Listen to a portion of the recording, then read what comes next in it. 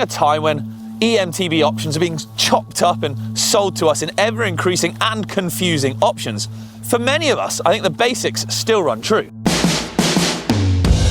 We want a 150mm travel bike with decent weight, good power, and lots of range. Sounds pretty simple, right? Well, have a look at this. The KELLYS Theos F100, a bike with a name that even sounds fast.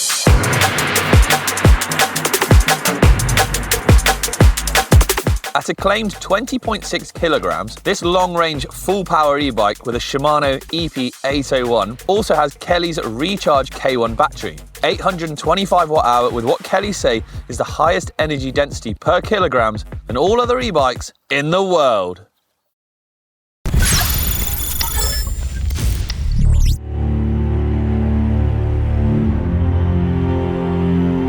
I want to check out in more detail this offering from KELLYS, and what better way to do it than head out into the wilderness of Wales, where there are no roads, no people, and no signs of civilization. But what do we know of KELLYS?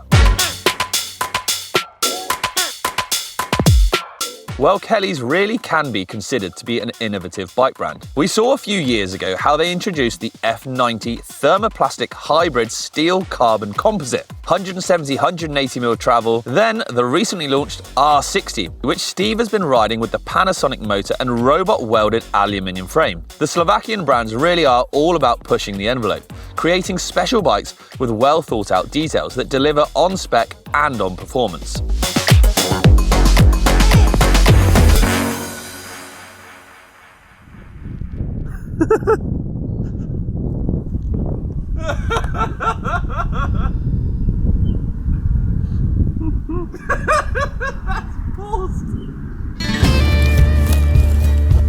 As I began my ride for the day, I was excited to see what the claimed lightest full-power eMTB could do.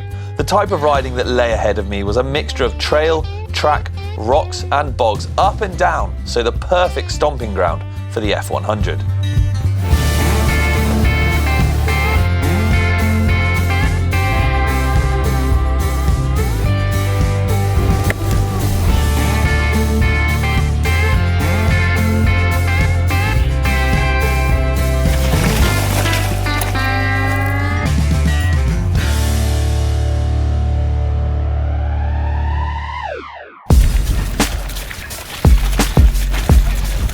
As we crack on through the typically Welsh weather here, which I'd expect nothing less from, I thought we'd sort of chew the fat on a few finer details of the bike.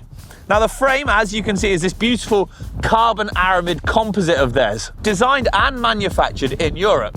Mixed wheel size, 140mm up back, 150mm up front, tidy cable routing and a nice low standover height means that this bike is incredibly manoeuvrable. Couple that with a slack head angle and a fairly steepish seat tube mean that you really have got quite the trail sort of enduro slaying machine. Frame protection keeps your rig looking nice and sweet. Also a nice touch, the EP801 motor has been tilted, allowing for easy access, removing and installing the battery. But on that note, this wind is minging, let's carry on.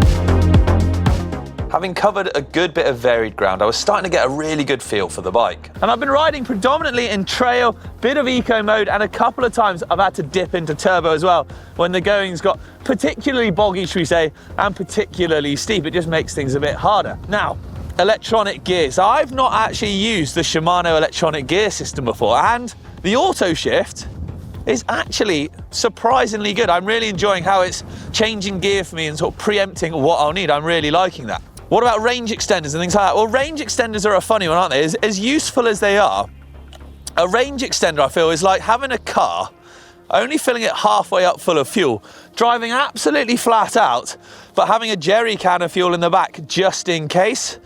However, obviously that is a way of saving weight, but yet KELLYS have still managed to get the weight of this bike down to around the 20 kilograms mark with a full-size 825 watt-hour battery. This has been achieved by creating batteries with the highest capacity to weight ratio possible.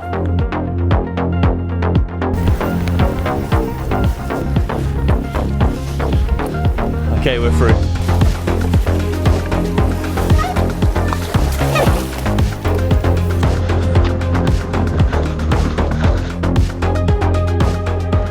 Hey ponies! The ponies don't want to be my friends. Look at them go though.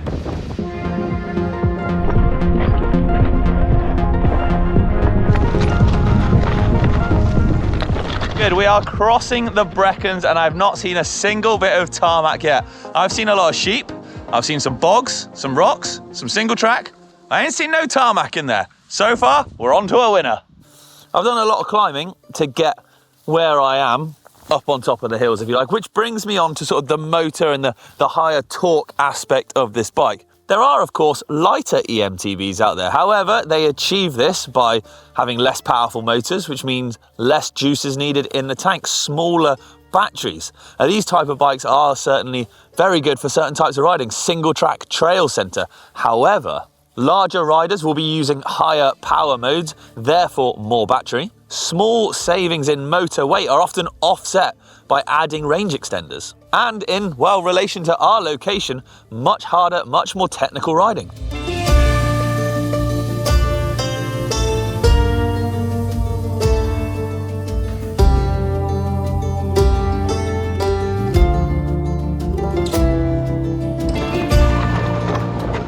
Let's go! 140, 150. All right, let her loose. Wow, track's nicely. Oh, it's chopping.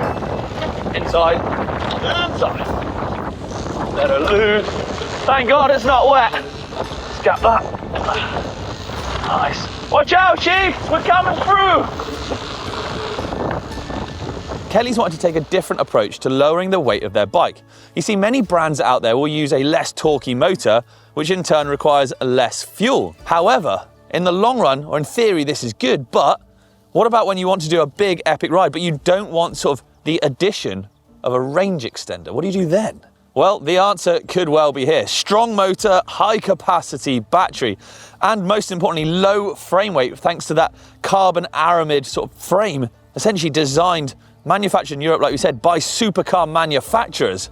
Well, that is the approach, and I think the key to this KELLYS Theos F100.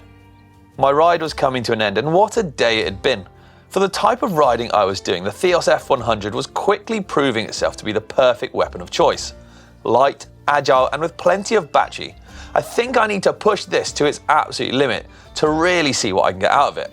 But what do you lot think? Should I see just how far I can go and run it until dead? Let me know in the comments down below. And why not subscribe to the channel for all the latest and greatest in the eMTB world.